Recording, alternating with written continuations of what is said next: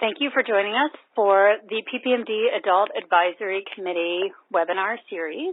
Today's webinar is about adaptive sports, and the webinar is being led by three PAAC committee members, Austin Leclaire, Jake Wesley, and Michael Counterman. Today's webinar also includes two members of PPMD's leadership team, Kevin Counterman and Annie Kennedy. So I'm going to hand it off to Jake Wesley to begin the webinar. Jake? Sports are for everyone who wants to participate. Most power wheelchair users have commonly been excluded from most sports because most people believe they are not physically able to play. But with adaptive sports, it proves that wrong. Next slide.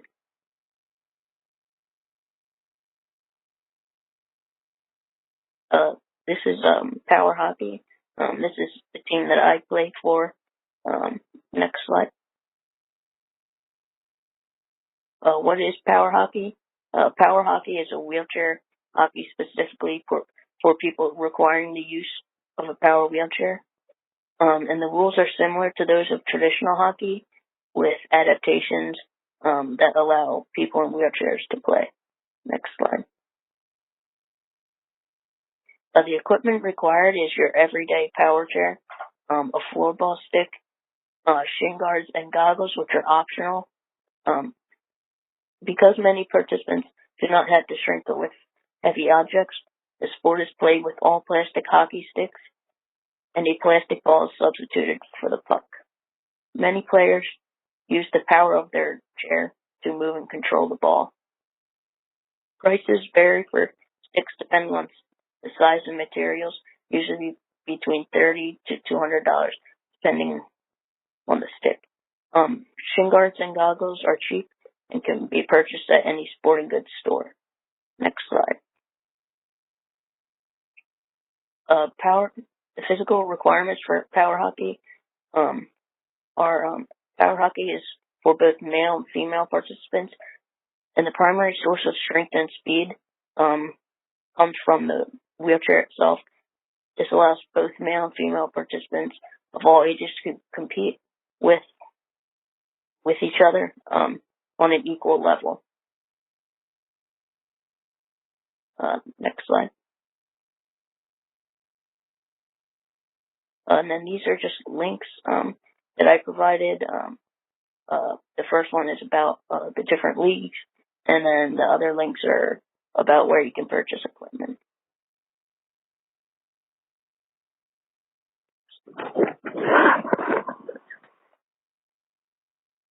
And then this is the end of the power hockey portion. Super. Thank you so much, Jake. Okay, next we're going to talk about power soccer. Hi, this is Austin Leclaire. I'm going to be speaking about power soccer. So, you may be asking, what is power soccer? Power soccer is adaptive soccer for wheelchair users. It's power soccer is fast-paced, heavy contact sport that requires critical thinking and fast reflexes. Equipment that is required. The Strike Sports chair is not a requirement, but it is specially designed for power soccer, and it has a pretty high price tag of a minimum of $7,000. But the other equipment that you also need is, if you want to go the route of getting a used chair that you don't mind damaging, those are a good way to get into the sport, and you can find them on a bunch of websites. Craigslist is one of them. And you also need a rear and front guard for your chair. Those, you can get a plastic or metal one. They range from $150 to $300. And the physical requirements are, you need to be permanently disabled, and you need a doctor's note to prove that you are disabled to play the sport. And while not a express requirement, you should be expected to be in close proximity and direct physical contact with other wheelchairs. That I understand that can be really scary, but it does happen. You can you are almost guaranteed to be hit by another chair during practices and during games. And then helpful links. I have the link to the official Power Soccer website, and then links to the website where you can buy the soccer equipment. And then that's the end of Power Soccer.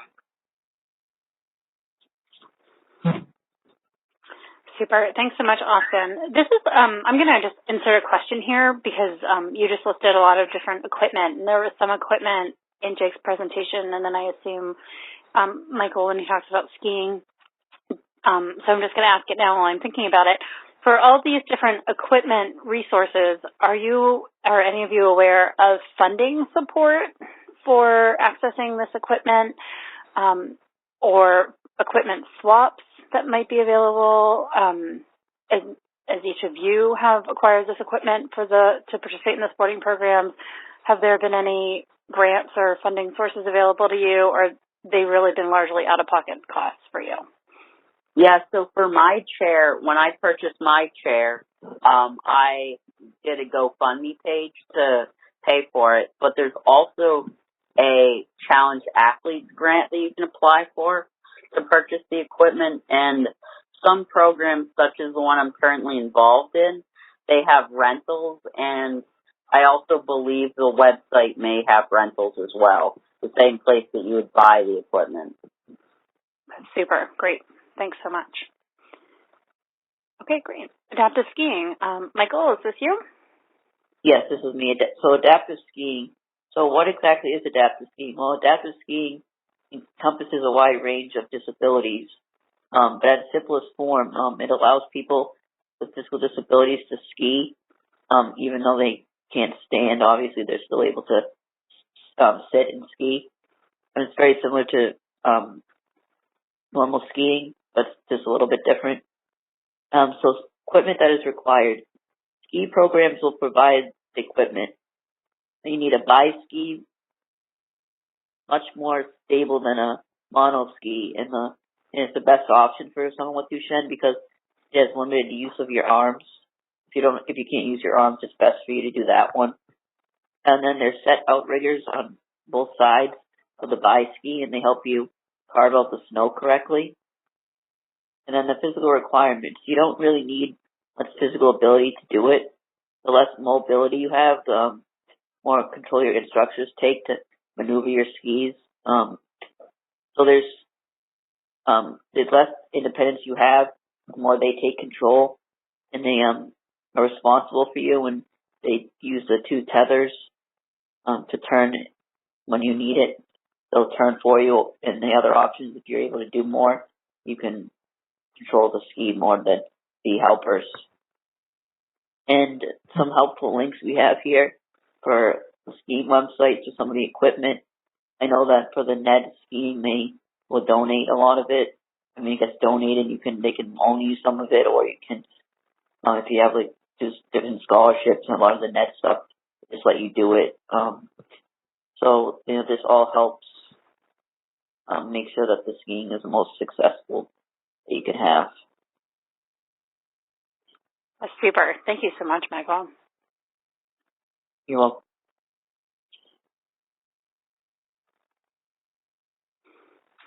And then go ahead.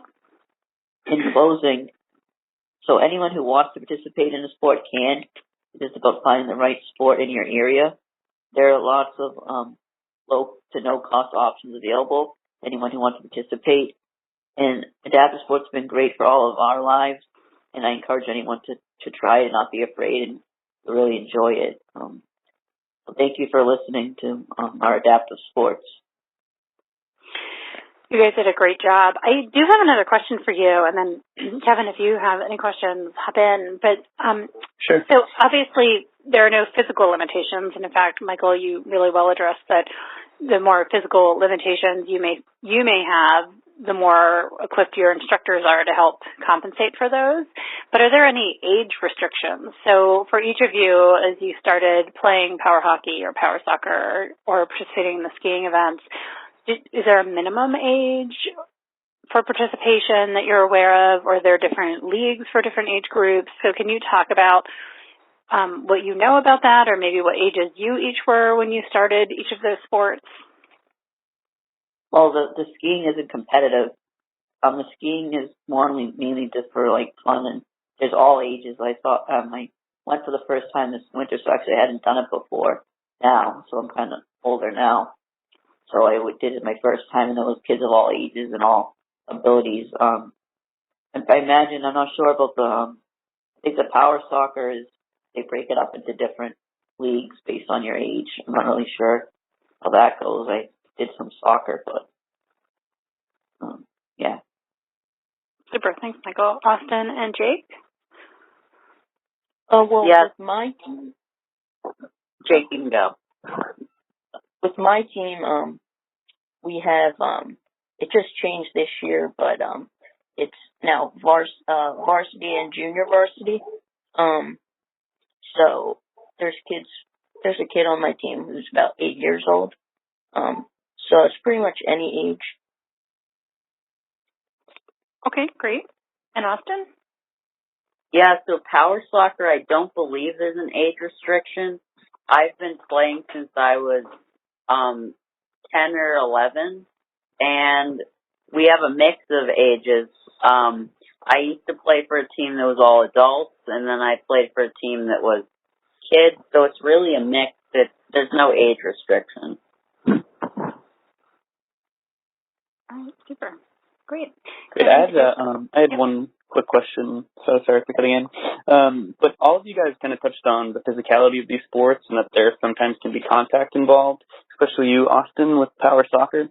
I was wondering if you guys were ever concerned about damaging your power wheelchair or injuring yourselves, and if you had any advice to anybody or any parents who are kind of anxious about getting their kids involved in one of these sports. So for me specifically, I've had to go through a lot of iterations of my chair. I've had to slowly add on more supports and stuff because I've been injured a lot during the game, and it's really a lot of, you have to be willing to get hit, but you also should be safe, and like they have all kinds of different cushioning and stuff. I was very lucky because one of my friends is a wheelchair vendor, so she's always able to add on adding in all kinds of the stuff that I may need. But I really haven't been too worried about damaging my chair, especially considering I bought one specially designed for soccer. So it's not really got damaged very often because it's built for the sport, but that's definitely a risk of damaging your chair. Luckily, also some organizations, if you play for them, they'll pay for repairs. So the adaptive skiing, they really do a nice job of helping you, that people take control. No one really gets hurt. Just snow, I think there's you get some bumps and bruises maybe, but I don't think any of these sports we talked about are going to be that dangerous or that violent, really. I don't think you're going to get that hurt. No matter what. And Michael, when you arms out, I broke my arm skiing before. Okay. Yeah, But you felt very secure in the tether, and you felt like the trainers who were skiing down with you had everything in control, and that you were very confident in your stability while you skied? Well, yeah, but I think you have to, because Austin, he did it he took control of his ski, so you're not someone who's really good in control, and you should probably have someone do it for you. But if you want to do a lot of crazy tricks, or if you want to go fast, you could possibly slip on ice and break something, I guess. But if you're scared of that, if the parents are worried about that, they can or you can decide to have the person take control. You don't have to do it yourself. But if you want to, you can, but there could be more danger. And I would imagine that you guys have made a lot of friends and social connections in this. So there's the element of sport, and for two of these competition, and then with respect to skiing, just the exhilaration of being out on the slopes. But I'm imagining that you've made some real connections and friendships and really met some great people while you've been doing this. So can you talk a little bit about the importance of participating just for the sake of getting out there and connecting with others? Yeah, I definitely think you connect with the ski instructors because they take you up on the ski chair to get you up there, and they talk to you, and they're in control of you, and they're pushed, and you get to learn a lot about them too. It's a lot of them, for the skiing, for the nets, they volunteer, so they have like their regular lives, and then they also really enjoy skiing, and it's really fun for them too, and they talk about it, and you get to like make them happy, and they make you happy, and it's like a nice. It's more about getting to meet the people that take you. You're not really going to do too much with other people. I mean, in between, you might talk to them a little bit, but it's definitely nice to work with different people. Super. Anybody else? Yeah, so I've made a lot of friends through Power Soccer. I've made friends as I've switched through a lot of different teams. But everyone's always really nice when you talk to them at tournaments and stuff. It's really good to see how competitive people that are disabled can be. And everyone loves the game. We all like to talk to each other and teach each other about soccer. Currently, my team, everyone I've been friends with for years before I joined their team. But I've made a lot of good friends throughout the years playing soccer. Wonderful. Jake, do you have anything to add? Well, I just want to say that I have met a lot of people on my team because my team has people that not only have Duchenne, but they have other disabilities. And it's kind of neat to learn about other people's disabilities, and then just meeting people that live near you that you might not have known live near you. That's great. Well, super. Well, I just want to take a moment to thank the three of you for putting this resource together for our community.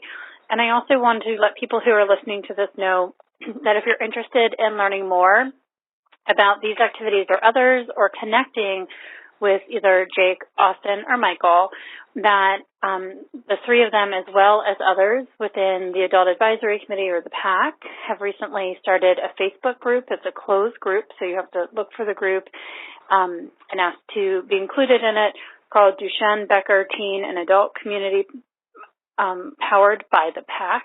So again, that's on Facebook, the Duchenne, Becker, Teen, and Adult Community, powered by the PAAC. And please feel free to join that and connect with lots of other teens and adults in the Duchenne and Becker community there, or you can send an email to PPMD. You can send it to me, Annie Kennedy, Annie@parentprojectmd.org, and I'd be happy to connect you with these gentlemen or others within our PAAC. And you can go to our website that has a lot of great resources. And these resources from their webinar will be integrated into our resource pages. And if you have suggestions for other webinars that you would like to see covered in our series, please also forward those suggestions to us, because this is a part of a larger series, and we will be facilitating many webinars. And if you would like to be a part of one of those webinars, leading those, please also let us know that.